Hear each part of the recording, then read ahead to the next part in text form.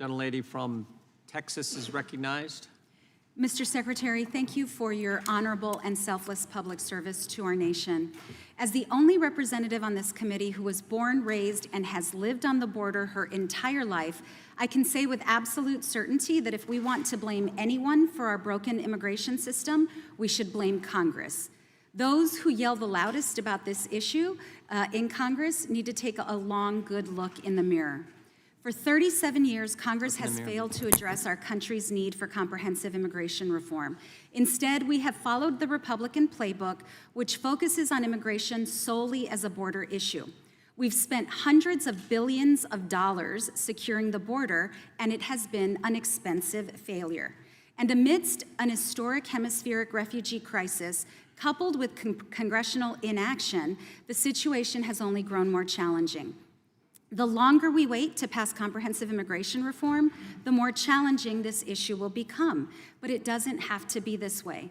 Over the past 3 decades, the federal government has chosen to narrow and limit legal immigration pathways, which has shifted the pressure to the border and communities like mine.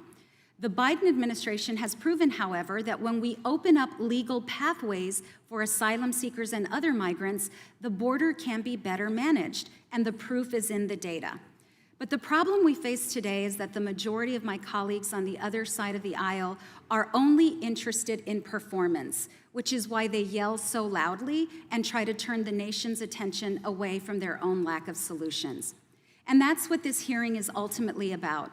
While this is an oversight hearing, we know that the spectacle you're seeing on the other side is part of the Republicans' ultimate distraction strategy, impeachment. They aren't just focused on impeaching you, Mr. Secretary, despite the fact that apprehensions at the border are down by 70%. They have also promised the extremists in their party that they will impeach Attorney General Merrick Garland and even President Biden. In fact, from the complaints we hear about Catholic charities, I'm surprised that they aren't trying to impeach the Pope. Secretary Mayorkas, I'd like a simple yes or no, if possible, on the following questions. And I have a chart here from the American Immigration Council that uses CBP data, historical data on border apprehensions. Isn't it true, Mr. Secretary, that according to CBP data, apprehensions of families started significantly climbing around January, February of 2019 during the Trump administration? Yes, Congresswoman, they did.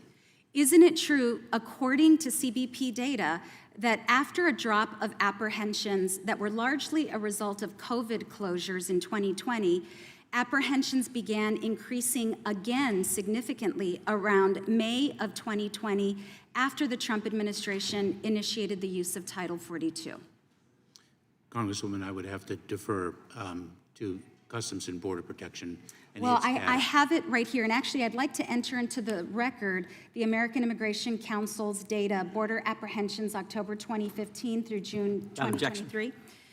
Isn't it true, and for the record, May of 2020, when we began seeing an increase once again post-COVID, that was a full 6 months before the 2020 general election, before President Biden's victory, and 8 months before President Biden's inauguration. Isn't it true, Mr. Secretary, that opening up legal pathways, as DHS has done via the CBP One app, that has proven successful in helping manage the border? It is one element of an approach that has proven successful, Congresswoman. And isn't it true, Mr. Secretary, that the one legislative body that can further open up legal pathways in order to best manage the border is Congress? Yes, Congresswoman. My Republican colleague, Maria Salazar, and I introduced the Dignity Act, which is a bipartisan comprehensive immigration reform bill, and I'd encourage my colleagues who are seeking a true solution to join our effort to address our broken system.